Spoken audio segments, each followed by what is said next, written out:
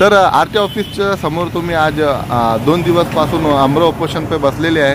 काय नेमकी तुमची मागणी आणि आरटीओ का तुमची मागणी ऐकत नाही, जर सांगा. आरटीओ समोर उपोषण करण्याचं कारण हे आहे की गेल्या 9 महिन्यापासून मोटर्स ही आरटीओची फसवणूक करते. त्यामध्ये आरटीओचे काही अधिकारी सुद्धा त्यांच्यामध्ये सामील आहे आणि त्यांची मिली बघत आहे. कारण की नवीन गाड्या अगोदर पासिंग न करता बाहेर मार्केटमध्ये सोडत आहेत.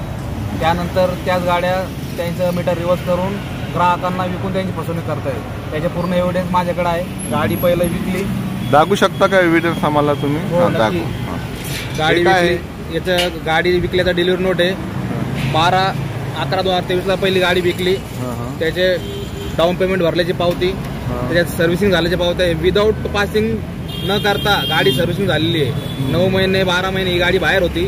तीच गाडी त्यानंतर यांनी शोरूमला लावण्यात आली. मी निवेदन दिल्यानंतर ओके, हे पोलीसची सोबत फोटो आहे गाडीची, हे काय हा अहवाल त्यांनी स्वतः दिलेला आहे की ती गाडी शोरूमला लावलेली आहे म्हणून. हा अहवाल त्यांनी दिलेला आहे मला 9/9/2024 ला. ओके, अहवाल दिल्यानंतर पुन्हा मी माझ्या एव्हिडन्स सोबत त्यांना निवेदन दिलं. त्या निवेदनावरती त्यांनी ती गाडी विकल्याचं सांगितलं, पत्राद्वारे विकल्याचं सांगितलं असं संदीप शिंदे यांच्या पत्राद्वारे करण्यात आलं. 23/1/2025 रोजी ही गाडी विक्री करण्यात आलेली आहे.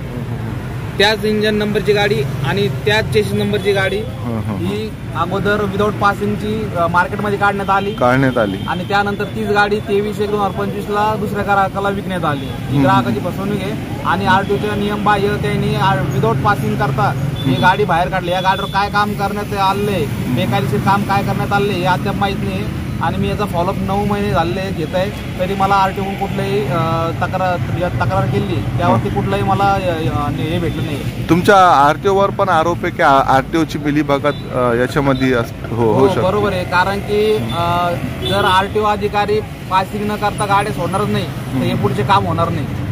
त्यांनी ही गाडी का बरं विदाऊट पासिंग सोडली, त्याच्यामध्ये त्यांचा काय हस्तक्षेप आहे हे त्यांना माहिती आहे. आता हे एकच कंपनीमध्ये चालू आहे का सगळे कंपनीमध्ये असंच होता?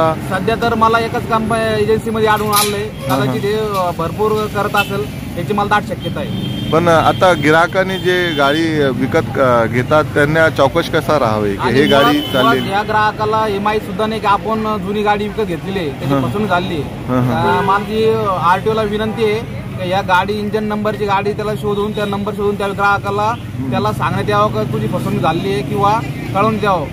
ओके, म्हणजे जी गाडी ते ग्राहकांनी घेतलेली आहे ते चालती गाडी घेतलेली त्यांनी, म्हणजे शोरूम गाडी नाही सांगू शकत. जर तुमची मागणी पूर्ण नाही झाली तर पुढचा पाऊल काय असेल तुमचं? माननीय आरटीओ साहेबांनी जर आमच्या मागण्या पूर्ण केल्या नाही हे आमरण उपोषण चालूच राहील. जर मागण्या पूर्ण झाल्या नाही तर व्यापक स्वरूपाचे आंदोलन आणि लोकहितासाठी ग्राहकाची फसवणूक केल्याबद्दल आम्ही जन आंदोलन उभा करू आणि याचा व्यापक मोठा लढा उभा करू. आपलं पूर्ण नाव आणि पोस्ट आणि कोणची पार्टी तर्फे बसले? माझं नाव योगेश सुधाकर दाभाडे. मी वंचित बहुजन आघाडीचा शहर उपाध्यक्ष आहे, औरंगाबाद पूर्व.